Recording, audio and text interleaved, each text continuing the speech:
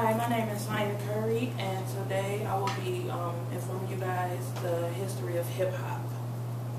How many of you guys heard hip-hop and didn't understand it or didn't get the story behind it? Okay. For those of you who didn't raise your hand, or who did raise your hand, I can respect that.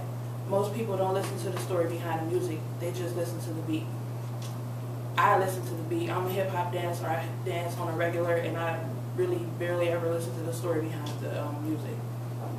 Hip-hop sometimes is misunderstood. Hip-hop is a culture that is changing rapidly. Today I will tell you guys where it originated, what is the purpose of it, and how it has changed over the years. The name hip-hop was first used as a name of our culture by Africa Bambaataa in the early 80s. Hip-hop wasn't in full effect, meaning it hasn't reached its potential back then. It was just a phrase used by disc jockeys, aka DJs. Hip-hop originated in the streets of New York. It was brought over from Jamaica by a guy named Clive Kool Herc Campbell, according to KRS-One, a legendary hip-hop artist. Kool Herc learned how to use the turntables while living in Jamaica. He also DJ'd in the streets of New York. He also helped put words to his beat. He was known as, and still is known as, the father of hip-hop. One of Kool Herc's closest friends, Coke LaRock, became the first rapper / MC in the history of hip-hop. Hip-hop artists express themselves in their lyrics. The lyrics are usually telling the story of their life. Back in the 80s, a pencil and a piece of paper was considered a lethal weapon in hip-hop culture. Hip-hop artists wrote down things that occurred in everyday life. It could have happened to them or someone they knew. It could have been good or it could have been bad. Some of the listeners could sometimes relate to the hip-hop artist's pain, fear, or happiness in the song. For example, I can relate to the lyrics in Tupac Shakur's songs, Dear Mama, and Keep Your Head Up. Keep Your Head Up. I was raised by a single parent who tried to give my brother and I the world. My mom had to work 2 jobs just to keep a roof over our heads.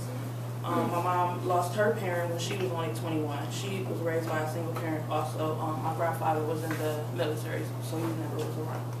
She didn't have a support system, and she was alone with 2 bad kids trying to raise them on her own. Same lyrics as Tupac Shakur. So when I listen to these 2 songs, it reminds me of what I went through and where I have been. It also reminds me of how far we've come.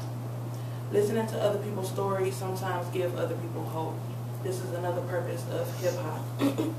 It also helps you realize that you're not alone, that there are people who have been where you are or where you've been and they have made it, just through hope.